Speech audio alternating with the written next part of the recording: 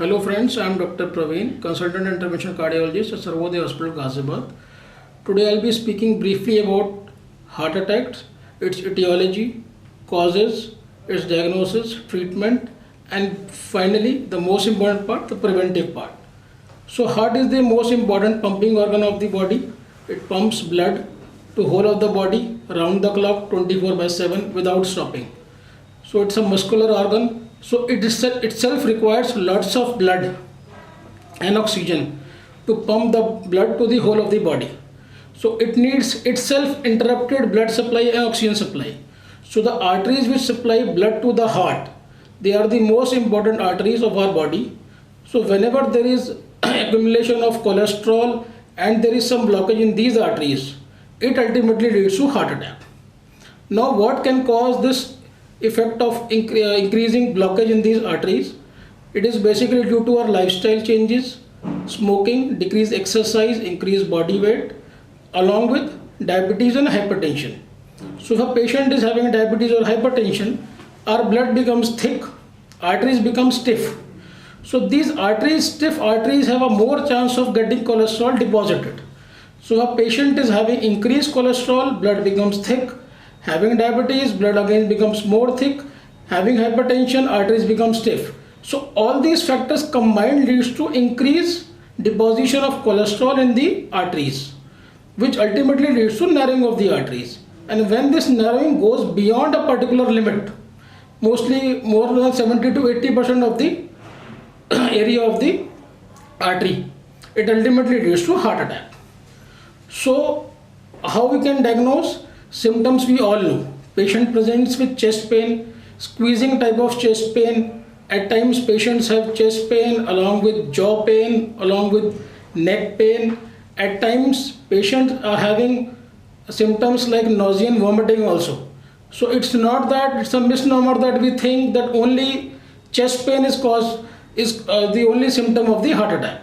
It can have various symptoms: sweating, ghabrahat, palpitation, uneasiness, feeling of abnormal pumping of the heart in the body.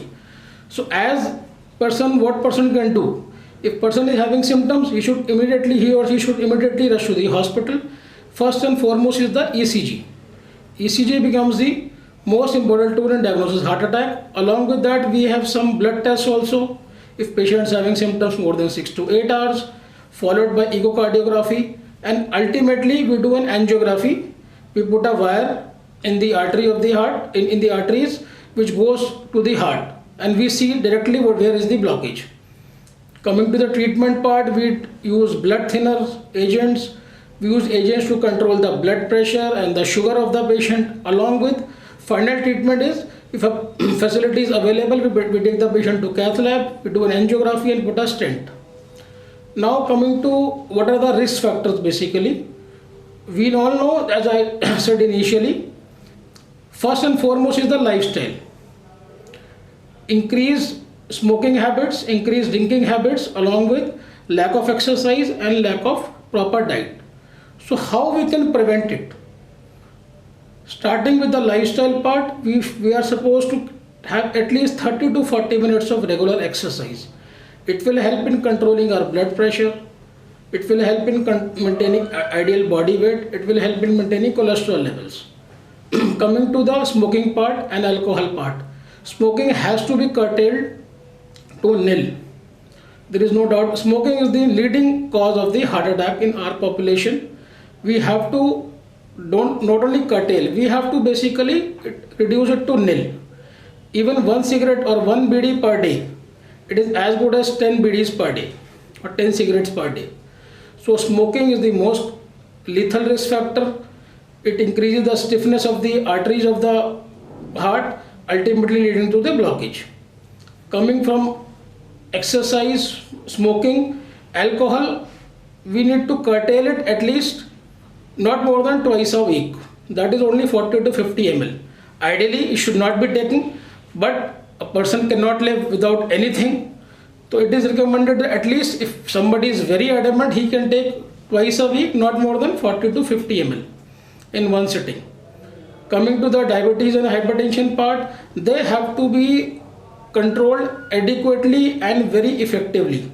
With the help of lifestyle, as I mentioned, regular exercise, diet. Coming to the diet part, we have to increase the intake of fresh fruits and vegetables in diet.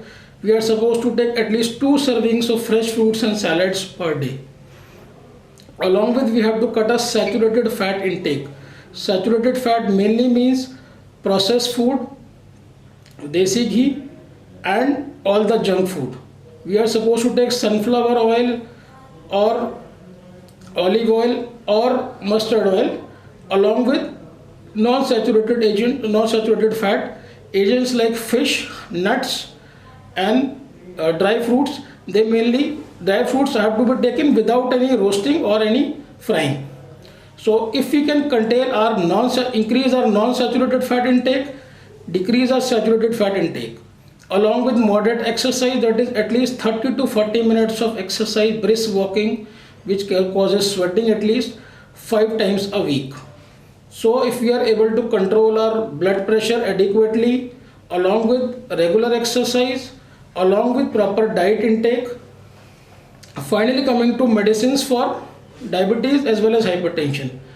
Even after all our lifestyle changes, patient is not able to maintain his or her adequate blood pressure level, that is 120 by 80 millimeters of mercury, and blood sugar levels. Randomly, like fasting sugar should be up to 100 milligram per deciliter, and after breakfast patient should be having not more than 150 milligram per deciliters.